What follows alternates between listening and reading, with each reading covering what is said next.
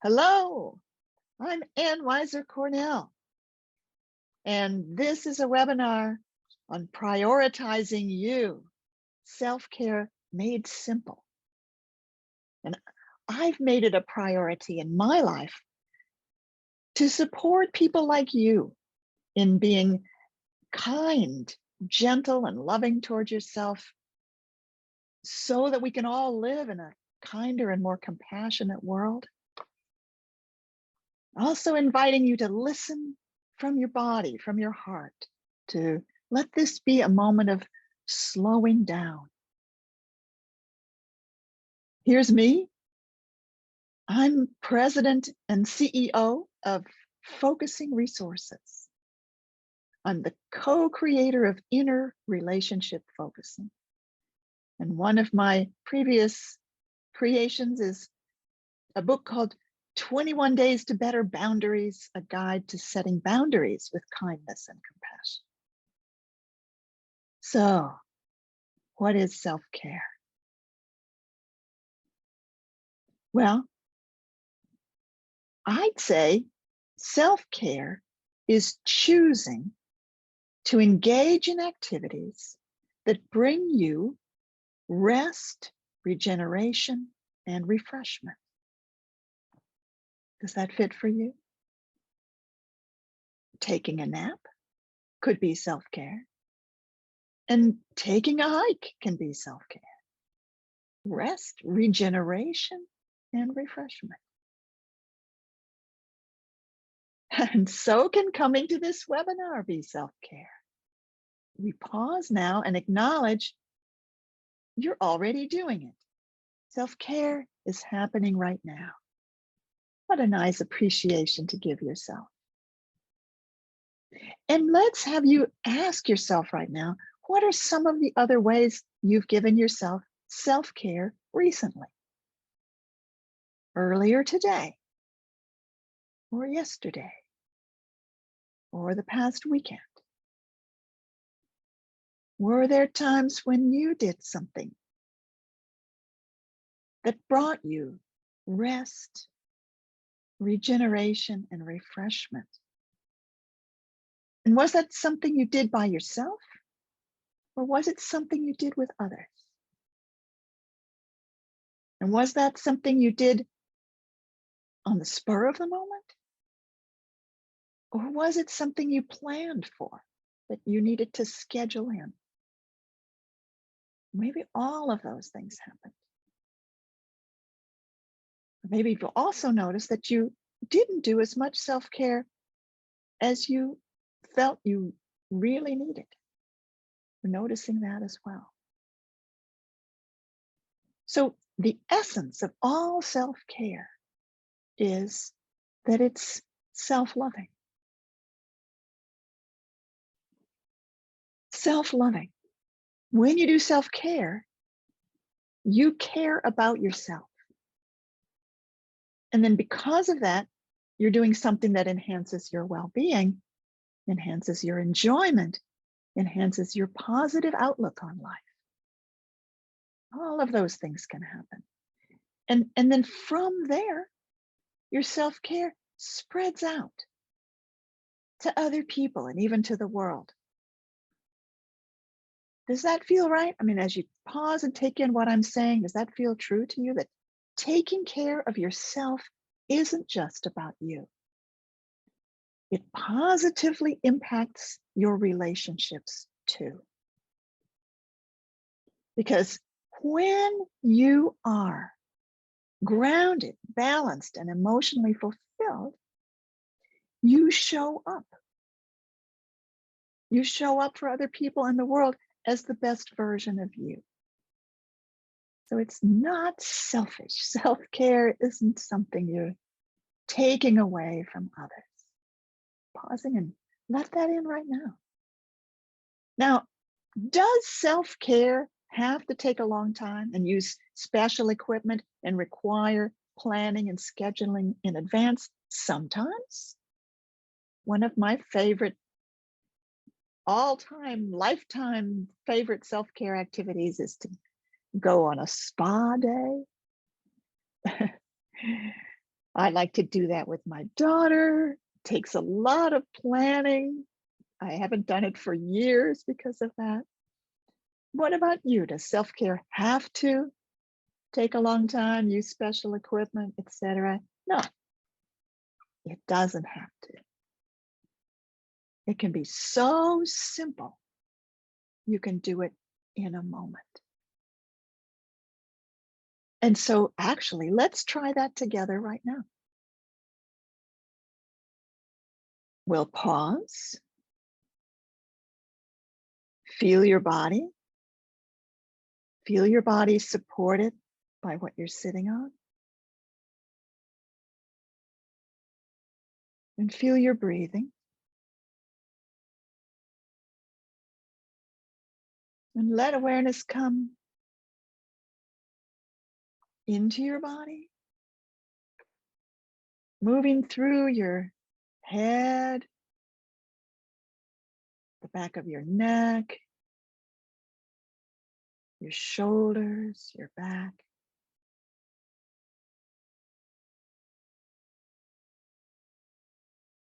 Down your back to your hips,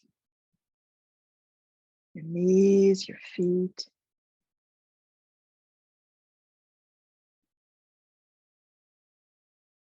Coming into the middle area of your body, throat and chest and stomach.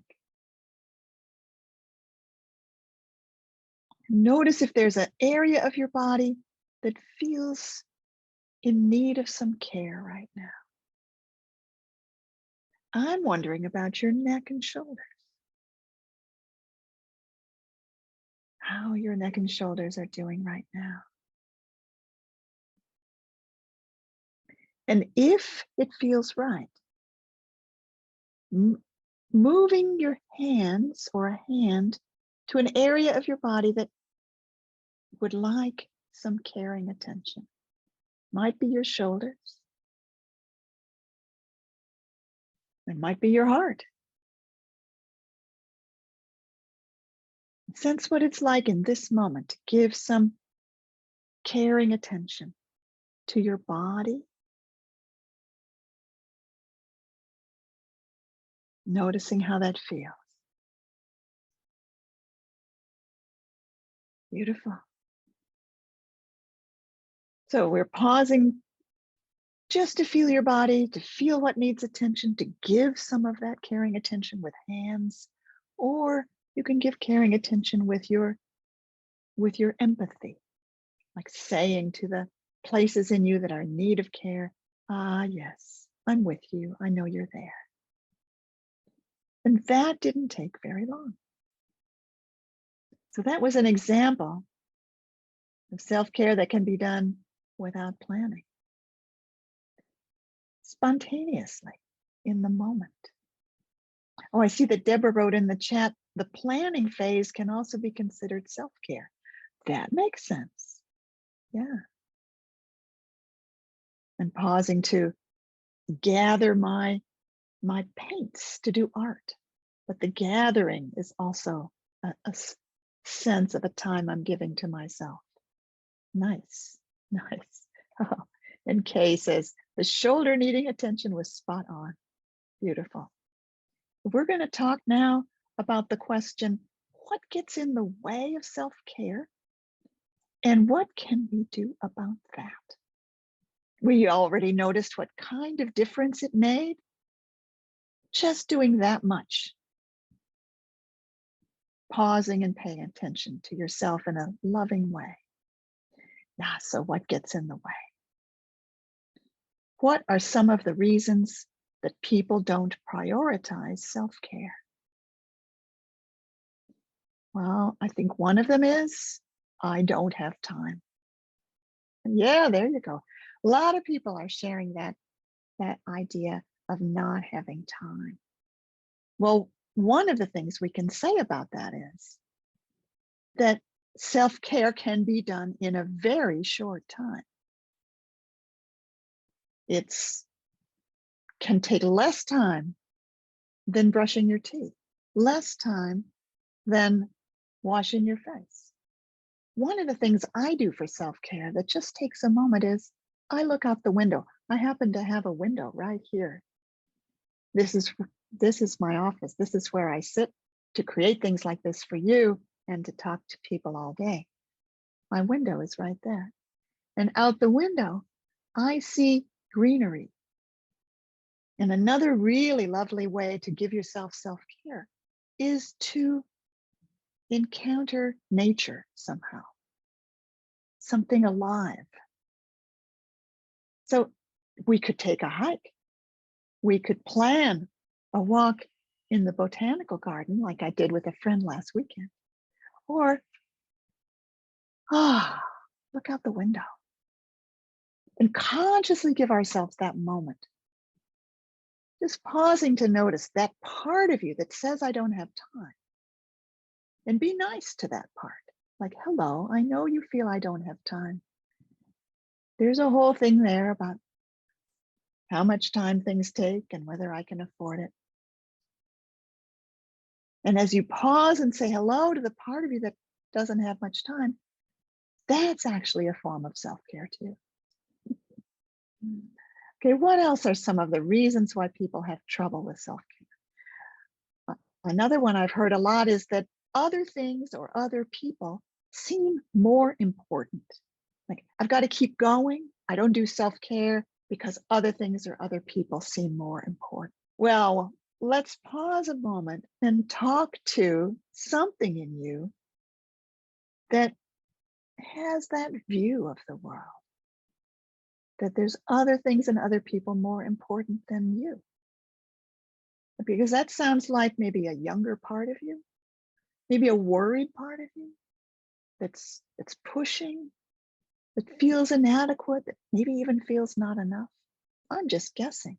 But all of that would emerge if you just pause a moment and give some kind and gentle attention to something in you that says, I can't stop now. This is all too important. I hope you are doing important things with your life, whether it's your work, whether it's caring for other people or animals. I believe you are doing important things. And in that whole project of the important things you're doing, you will enhance your energy, your creativity, the amount of attention you have, if you take some time for self-care as well. So truly, it is not an either or. And what I'm saying is that the part of us that thinks it's an either or, I can't give up a moment of attention that I'm giving to this thing, person, etc. Let's be gentle with that. That sounds painful. Okay, so the next thing on my list of the things that can get in the way of giving time to self-care is that someone in your life disapproves of your self-care. Maybe someone in your life is giving you messages, explicit or nonverbal, that when you take time for your self-care, they think you're not pulling your weight or not doing what you should. That's a tough one. And maybe a conversation with that person where you share some of the things we're talking about here might be a good idea. Another thing I think is valuable is to look for self-care activities you can do with that person. There might be some. And perhaps in that conversation where you talk about the value of self-care for getting work done, for the benefit of the family or for the benefit of the company, you could also talk about, let's do something together. Let's see if there's something we both enjoy. Here's the fourth one in my list. Somebody's mentioned this in the chat already. It can get in the way of self-care if it feels like self-care is another chore. It's become another should. It's become another thing I have to do. Do you have that going on? Yeah, a lot of people feel that way too. I hear a webinar like this, or I read something about self-care, or I hear about self-care, and I've decided, yeah, that's a good idea. I should do that. I should do that. And then somehow, by some alchemy of the inner world, what we've decided we should do becomes something that is a burden. Now, the should has been given into the keeping of an inner critic who's ready to tell us we haven't done enough. And you know what happens when you have an inner critic telling you you've not done enough? Resistance. There's a natural resistance that comes when there's this, you haven't done it, you should do it. Come on, what's wrong with you? There's a natural, hey, I don't want to do anything that I have to do. Or if you do it, it doesn't feel as much fun. Like, oh, all right, like a little kid, got to do your chores. Oh, all right, I will. Oh, self-care, all those lovely self-care activities that would otherwise give you joy are going to be burdensome if they're done like this. So, what can we do?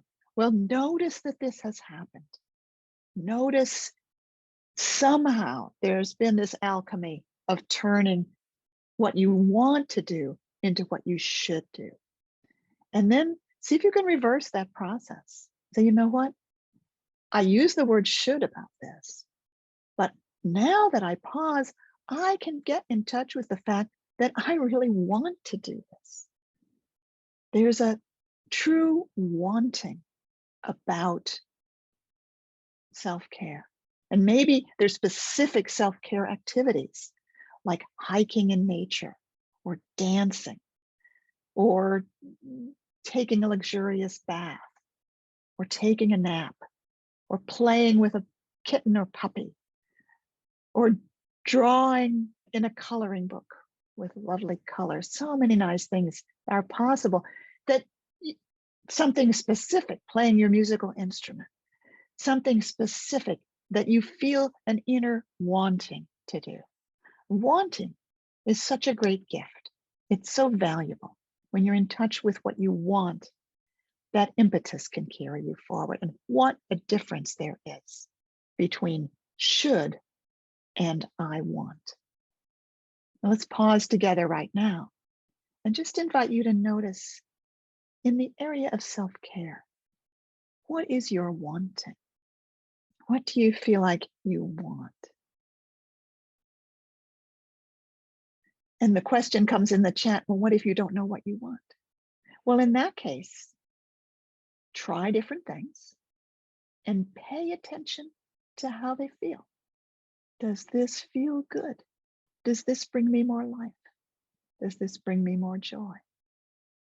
Deborah wrote in the chat, I eliminated the word should from my vocabulary so much that when it comes into my awareness, it's noticeable. Oh, excellent. That's really beautiful. So notice should, and notice when should becomes this contraction of your energy. And then experiment with whether changing should to want to or find useful or find valuable will change your energy. Curiosity is my favorite attitude. So I might have decided that taking a walk every day is both healthy and gives me a space to be in nature and breathe. Now that I've decided that taking a walk every day will be beneficial to me, that could turn into a should. You should walk every day. But what I've noticed works better for me is to say, I'm curious about whether I will take a walk today, or I'm curious about when I will take my walk today. And then it pretty much always happens. Okay, I have one more of these things that get in the way, and this is an interesting one. When you pause to take time for yourself, stressful thoughts and feelings arise. Does anybody have that going on? Like if I pause, if I take a break, if I take a walk, if I lie down with a book, I get in touch with painful feelings that I've been managing to push away by working so hard or by doing mindless things that aren't really self-care. Or I get thoughts, my worries, especially about my life these days. Well, that's so important because that definitely can get in the way of those pauses for self-care. So one of the things that's really valuable is to have an empowered way of being present with your thoughts and your feelings. So that when you pause to rest and these thoughts and feelings arise, you can turn toward them. You can say, I'm sensing something in me, feeling worried and anxious, and telling me things like, you're not going to get it done. And I'm saying hello to that. So there's two parts to that. One is I'm sensing something in me, feeling or saying. And part two is I'm saying hello to that. Now, it might be that you'd like to spend a longer time with the thoughts and feelings that are arising. That might be an occasion to call your focusing partner or to do some journaling with what's coming. But the most important, powerful thing to do that might be enough in itself is just being able to turn toward the thoughts and feelings that arise when you pause. Otherwise, whatever you do is being partly driven by the need to not think and not feel. And that, my friends, is quite stressful, as you know. So let me say that again. I am sensing something in me, feeling da-da-da. I'm saying hello to that. You can even put a gentle hand on the place in your body where you're feeling it. Wow, a lot of things going on, a lot of possibilities for what gets in the way and what we can do about that. Henrika gave an idea about finding a self-care activity. Look back to what you enjoyed as a kid. That is a great idea. Another self-care activity is to take time to pause and ask what it is I'm wanting. So what I'm going to do now is to talk about how we can support you even more by talking about my upcoming course. I know many of you are interested in that. And after that, I'm going to take you through another gentle self-care experience right here and now. So the course is called You Can't Run on Empty. Create More Rest and Self-Care in 21 Days. I've taught this kind of course before, and I love this format. It's 21 days of daily practices. And I'm in the process now of recording a video for each of those 21 days. Now, if you don't have 21 days in a row to give about 15 minutes a day, you can do the course in your own timing. But it's nice to take the 21 days. If it works that way for you, it gives a lot of momentum for these new practices. And I'll also be doing live Zoom calls 3 times in this period. So the live Zoom calls are 2 weeks from now, 3 weeks from now, and 4 weeks from now. August 9, 16, and 23, at the same time that this webinar was. So if you could be here live, you can be there live. But the course can be taken without being live because it's the videos that are really the essence of the course. And what I'm going to do in each video is give you some ideas about the kinds of things we've been talking about today. Like, what if you don't feel you deserve self-care? What if you resist self-care? What if there's other things in your life that feel more important than self-care? And also, for each day, there'll be a daily practice, like noticing how often today and in how many ways you can move your body, or remember something you enjoyed as a kid and do it sometime today. Here's what's going to happen. There'll be 21 simple daily practices, and they'll be offered by video, but also there'll be an audio version that you could just listen to as you walk, for example, or you'll have a PDF if you prefer to read. And a community of like-minded people cheering you on, sharing the challenges and successes of their own journeys. And 3 live Q&A calls. You can ask questions, you can get help as you feel stuck. You can feel even more supported as you grow or deepen your self-care skill set. We're not assuming that you don't know any self-care at all, that you're a self-care beginner. Many people will find this course valuable to enhance or deepen what you're already doing, to validate and really build into your life what you're already doing. Now, we also created 4 great bonuses. There's the self-care springboard. I'm actually going to show you what these bonuses look like. So the self-care springboard, I don't know what to do. I'd like to do some self-care. I have 15 minutes. What could I do? The self-care springboard gives you 38 ideas, from the 15-minute ones like stretch or sing your favorite song or write in a journal, some that take 30 minutes to 1 hour, like read a book or have a relaxing shower or practice yoga. The ones that take a whole afternoon or evening, like play with coloring books, or do some gardening, and the ones that take a whole day. And the yellow highlights are the things that are great to do with other people. Then, in addition to the self-care springboard, we have a self-care tracker. And the self-care tracker, those who might want to do it, this is a way of keeping track. So you've got some place to feel good about what you've done. So it starts with one thing that made me feel good today. Then there's categories for physical self-care, emotional self-care, spiritual self-care, and social self-care, and so on. So those are 2 of the bonuses. So we have the self-care springboard, the self-care tracker. I've created 3 focusing meditations that you can listen to anytime that help with, for instance, sensing your body's need, trusting what your body is letting you know about the need for rest and relaxation. And there's something we call self-care chameleons. Those are the activities that don't actually give you more calm, rest, and regeneration. Maybe for you, that's scrolling through mindless YouTube videos. Whatever it is for you, we don't know, but this is more about how to tell the difference. And what happens as a result, you'll understand and start to shift what gets in the way of giving yourself rest and self-care. You'll know you're not alone in your journey of enhancing your self-care.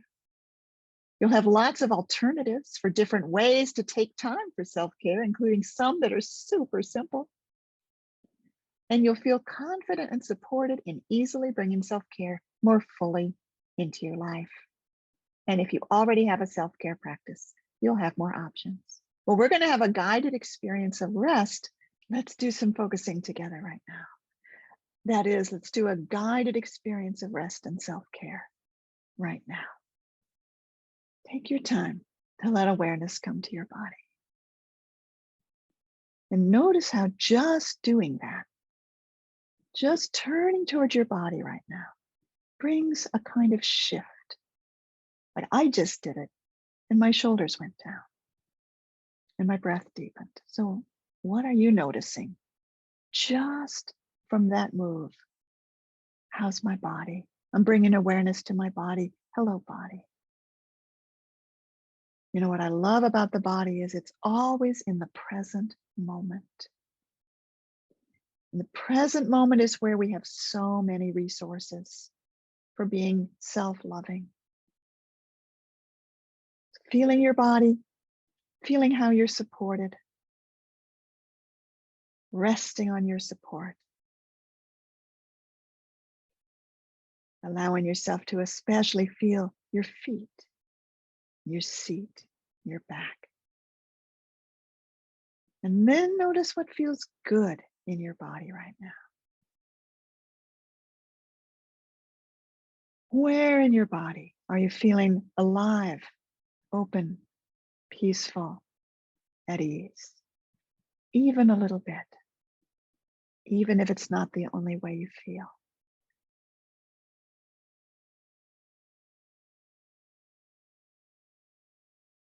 And taking your time to sense where in your body something's calling to you and doesn't feel so good right now. And when you're aware of something like that, whether it's a tension somewhere or whether it's an emotion that's stressful or painful, try saying, I'm sensing something in me feels that way. I'm sensing something in me feels that way. And I'm saying hello to that. And then notice, let the hello sink in. Notice what happens when you say hello.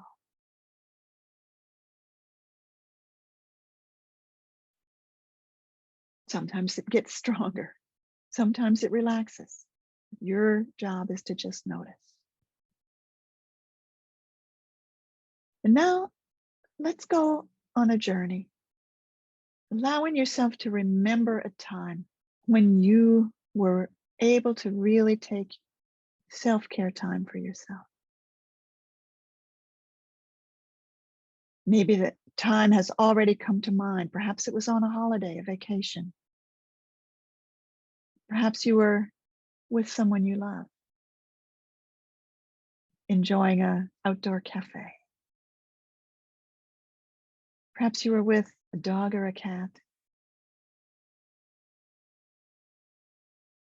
Perhaps you were doing an activity that gives you regeneration and joy, like some kind of movement or drawing or gardening. Let that memory arise. If several possibilities came, any of them are fine.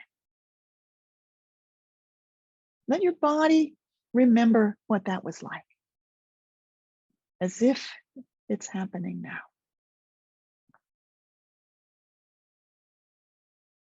Remember the feel of the sun on your face or your hands in the soil. Remember the body movement you were doing. Notice if there's anything in the way of letting yourself simply remember this.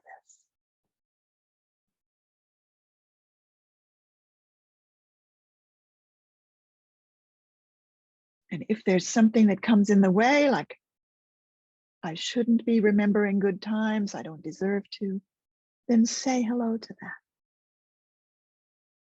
Something in me says, da da da, and I say hello to that. And mostly you'll be able to remember right now, right here where you're sitting, that time when you were enjoying that activity. And you're drawing on that enjoyment right now. It's like it's in the bank. It's still in the bank. By remembering it, feeling it in your body, it can come right now. Noticing where and how you're feeling that right now as you remember. Notice what you have learned from this experience. Were you able to bring a little self-care into your life right now by remembering a time when you had more ability to actually go out and do a longer time of self-care? Let's complete this exercise. Maybe come back, let your awareness expand, feeling the room around you again. And thank you so much, everyone, for being here. I want to leave you with this understanding. Self-care is self-loving. Self-care isn't selfish. It's a necessary act of kindness towards yourself. And one of the ways you can be kind to yourself is to join our course. But I hope from today, you've had a lot of ideas that you can implement right away. Thank you so much. Lovely that you could all be here.